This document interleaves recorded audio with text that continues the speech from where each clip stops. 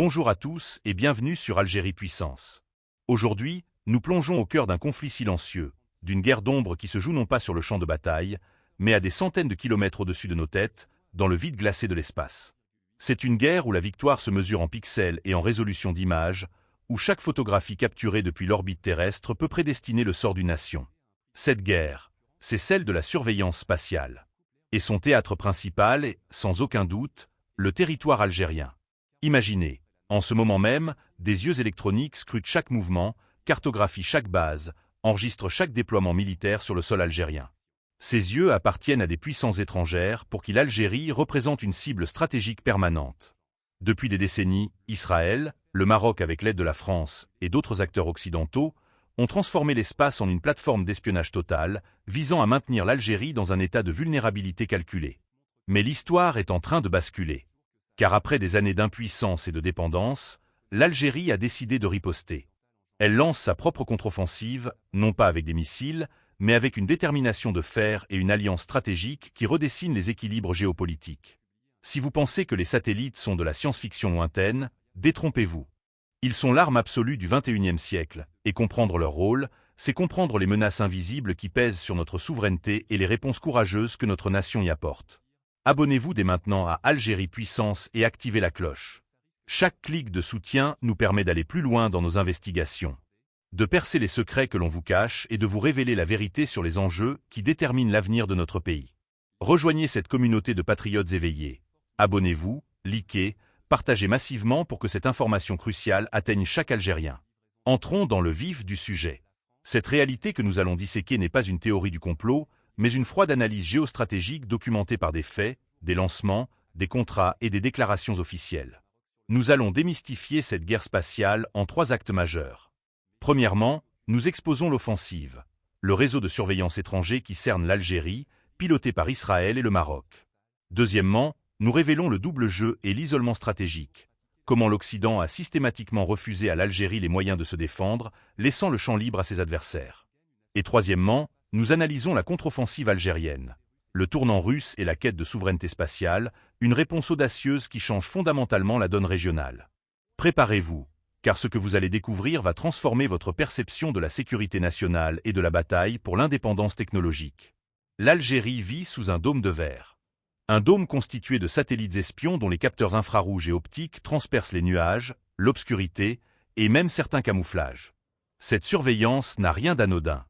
Elle est méthodique, agressive et vise un objectif ultime, la préparation au conflit. Le faucon israélien, les satellites héros et la stratégie de la transparence menaçante. Le point de départ de cette offensive spatiale moderne contre l'Algérie peut être daté avec précision. Avril 2006. Ce mois-là, depuis le cosmodrome de Baïkonour au Kazakhstan, une fusée russe Soyouz libère dans l'espace Héro B, le 3e satellite espion de la série Héro fabriqué par Israël Aerospace Industries.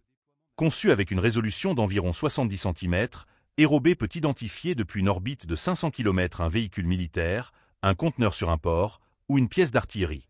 Mais l'élément le plus significatif ne fut pas son lancement, mais son utilisation immédiate à des fins de propagande et d'intimidation. Quelques jours seulement après sa mise en orbite, l'agence de renseignement imagée israélienne ImageSat International diffuse publiquement des clichés satellites de sites sensibles dans le monde arabe. Parmi eux figure, de manière très symbolique, le port de Skikda en Algérie. Skikda n'est pas un port quelconque. C'est un poumon économique, un terminal énergétique vital pour les exportations de gaz et de pétrole algérien. En choisissant de montrer au monde qu'il pouvait photographier un tel site stratégique, Israël envoyait un message parfaitement clair, un message menaçant, selon les analystes: nous pouvons tout voir. Nous savons où se trouvent vos points vitaux. Et nous pouvons les frapper à tout moment. Cette démonstration de force spatiale était une humiliation stratégique, une violation de souveraineté vêtée des atours de la technologie. Cette affaire n'était pas un incident isolé. Elle s'inscrivait dans une longue tradition. Rappelons-nous du massacre de Bentala pendant la décennie noire. Dans les jours qui suivirent cette tragédie, une chaîne de télévision française diffusa des images satellites nocturnes de la région, prises le soir même des événements. La provenance de ces images classifiées, très probablement des services de renseignement français ou israéliens, dans le cadre d'opérations d'influence visant à déstabiliser davantage l'Algérie. De même, les services britanniques, MI6, ont, à une autre époque, tenté de monter en épingle des images du réacteur nucléaire civil d'Aïn Nusra pour accuser à tort l'Algérie de développer l'arme atomique. Ces manœuvres avaient un but commun, maintenir la pression, créer un climat de suspicion internationale et affirmer une domination informationnelle totale sur l'Algérie.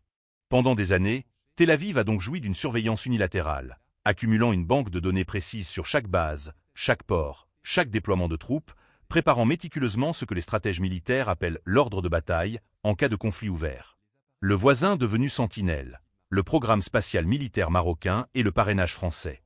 Si la menace israélienne plane depuis l'espace, une autre, plus proche géographiquement et tout aussi inquiétante, s'est structurée avec une rapidité et une efficacité remarquables, le programme spatial militaire marocain. En novembre 2017, depuis Kourou en Guyane française, un satellite nommé Mohamed VI a été lancé.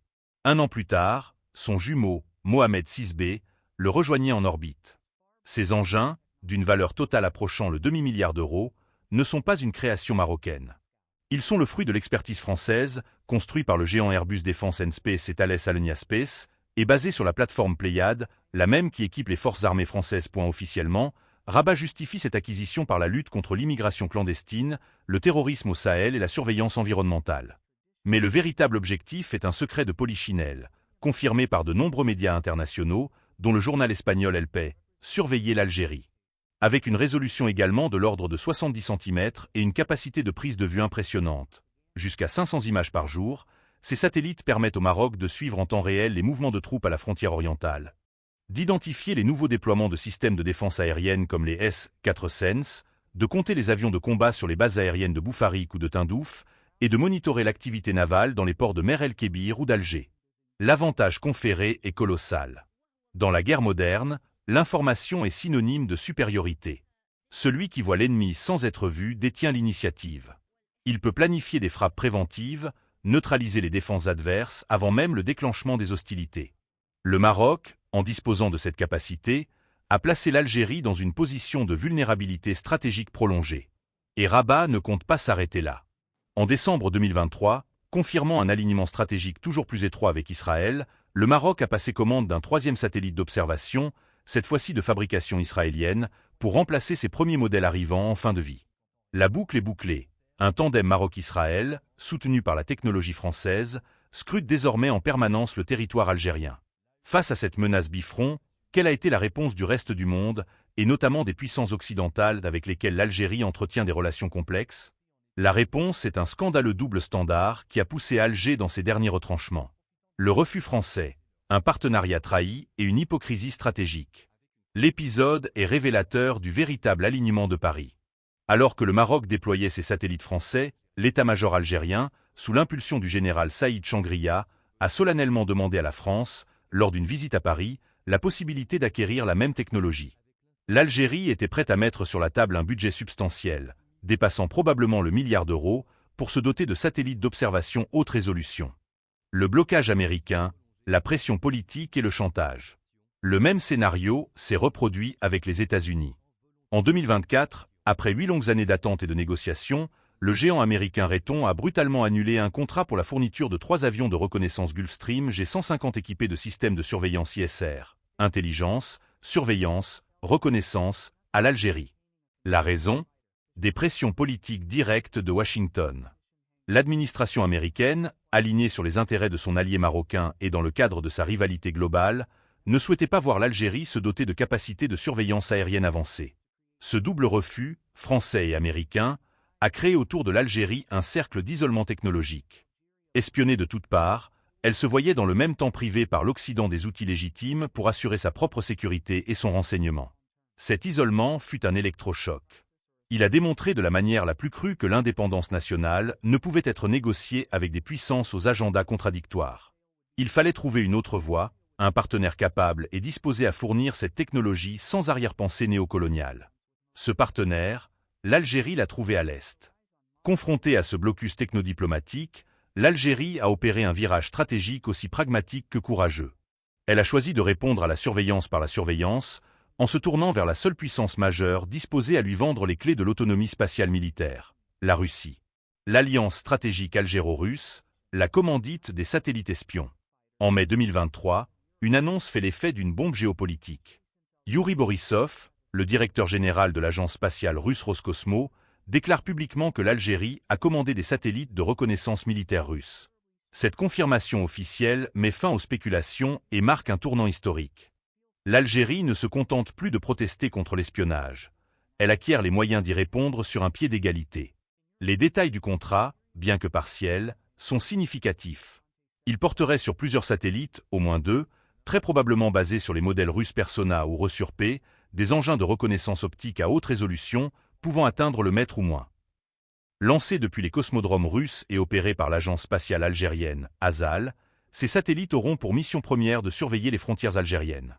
Concrètement, cela signifie détecter les mouvements de troupes et de matériel marocain le long de la frontière, photographier les bases militaires marocaines et les potentielles installations israéliennes sur son sol, et suivre les déplacements des groupes terroristes dans la bande sahélo-saharienne. En juin 2023, un accord de coopération spatiale complet est signé entre l'ASAL et Roscosmos, scellant ce partenariat dans la durée et prévoyant même du transfert de technologie. Selon certaines informations des médias russes et algériens, relayées par le site Algérie Solidaire, un premier satellite aurait même déjà été livré fin 2024 ou début 2025. Si cela est confirmé, l'Algérie dispose désormais d'un œil dans le ciel qui lui appartient. La donne est radicalement changée. La surveillance n'est plus unilatérale, elle devient réciproque. L'Algérie peut désormais construire sa propre base de données, son propre ordre de bataille, des forces adverses. C'est un rééquilibrage stratégique majeur qui annule des années d'avantages maroco-israéliens. Les réactions internationales et la vision à long terme, l'ambition d'une puissance spatiale. Cette décision algérienne n'est pas passée inaperçue. Elle a déclenché une véritable tempête politique à Washington. Mené par le sénateur de Floride Marco Rubio, un groupe de 23 sénateurs américains a exigé l'application de sanctions contre l'Algérie via la loi Katsa, qui punit les pays achetant des armements russes. Leur colère est révélatrice. Ils voient dans ce contrat algéro-russe non seulement un renforcement des capacités militaires algériennes, mais aussi une défaite diplomatique pour l'Occident, qui a poussé Alger dans les bras de Moscou par son propre refus. L'Algérie, pour sa part, assume pleinement ce choix souverain, répondant par une logique implacable. On nous a refusé la technologie, nous l'achetons là où elle nous est offerte. Du côté marocain et israélien, l'inquiétude est palpable. Rabat perd son monopole régional de l'imagerie spatiale militaire. Israël voit son avantage en matière de renseignement orbital sur le Maghreb se réduire comme peau de chagrin. Désormais, les livraisons d'armes israéliennes au Maroc, la construction de nouvelles bases, pourront être suivies par les satellites algériens. Mais l'ambition de l'Algérie ne s'arrête pas à l'achat de satellites russes. L'ASAL a dévoilé un plan spatial ambitieux à l'horizon 2030. Ce plan prévoit l'acquisition de plusieurs satellites d'observation militaire russes d'ici 2027, le développement de satellites de conception nationale, avec un transfert de technologie depuis la Russie et la Chine, la construction de nouvelles stations terriennes pour le contrôle et la réception des images, et, projet le plus audacieux, le développement à très long terme d'un lanceur spatial algérien. Ce dernier point est une vision de souveraineté absolue. Pouvoir lancer ses propres satellites depuis son propre territoire affranchirait l'Algérie de toute dépendance logistique. Bien que ce projet soit extrêmement complexe, coûteux et s'inscrive sur des décennies, son simple énoncé marque une volonté politique sans précédent, celle de faire entrer l'Algérie dans le cercle très fermé des puissances spatiales autonomes. Récapitulons cette guerre des étoiles qui se joue au-dessus de nous. Pendant des décennies, l'Algérie a été la cible passive d'une surveillance spatiale agressive et concertée. Israël, avec ses satellites héros, a pratiqué une politique de transparence menaçante, exhibant sa capacité à tout voir. Le Maroc, équipé par la France de satellites espions de haute technologie, a transformé cet avantage en levier stratégique contre son voisin. Et dans le même temps, l'Occident, par un double jeu hypocrite, a fermé à l'Algérie l'accès aux technologies lui permettant de se défendre, espérant la maintenir dans un état de vulnérabilité perpétuelle. Mais l'histoire que nous venons de vous raconter est avant tout celle d'un sursaut national. Refusant ce destin imposé, l'Algérie a opéré un virage historique en se tournant vers la Russie pour acquérir ses propres satellites de reconnaissance militaire. Cette décision n'est pas qu'un achat d'armement, c'est une déclaration d'indépendance stratégique. Elle signifie que l'ère de la surveillance unilatérale est révolue. Désormais, l'Algérie verra, analysera et anticipera. Elle pourra protéger ses frontières, suivre les menaces, et dissuader toute agression avec une connaissance précise des capacités adverses. La course à l'espace au Maghreb est officiellement lancée. Elle ne fait que commencer. Les satellites algériens, une fois opérationnels, ne seront pas seulement des outils de renseignement.